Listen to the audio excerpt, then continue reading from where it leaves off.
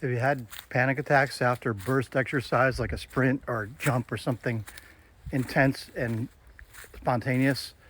I've had those a lot, and it took me a long time to figure it out. And they're really bottom up panic attacks. They're not from your brain and from anxiety as much as they are from your gut and your GI. It is your nervous system, especially if you're ADD and introverted like me.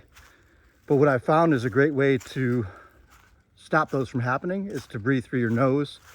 If you do bursts, the nervous system thinks that when you're breathing through your mouth that you're in trouble, and so it'll accelerate the panic symptoms or the ramp up of the nervous system. But when you breathe through your nose, it's a sign that everything's okay, and it stimulates the parasympathetic nervous system, especially if you lengthen the exhales. I'm recording this video because I was just sprinting through the woods with my dog, and it made me think about it. But I was having them like jumping the net on the pickleball court or running sprints on the road, or I used to climb the 8 or 10 foot fence at the pickleball court to the bathroom, and sometimes I would get them.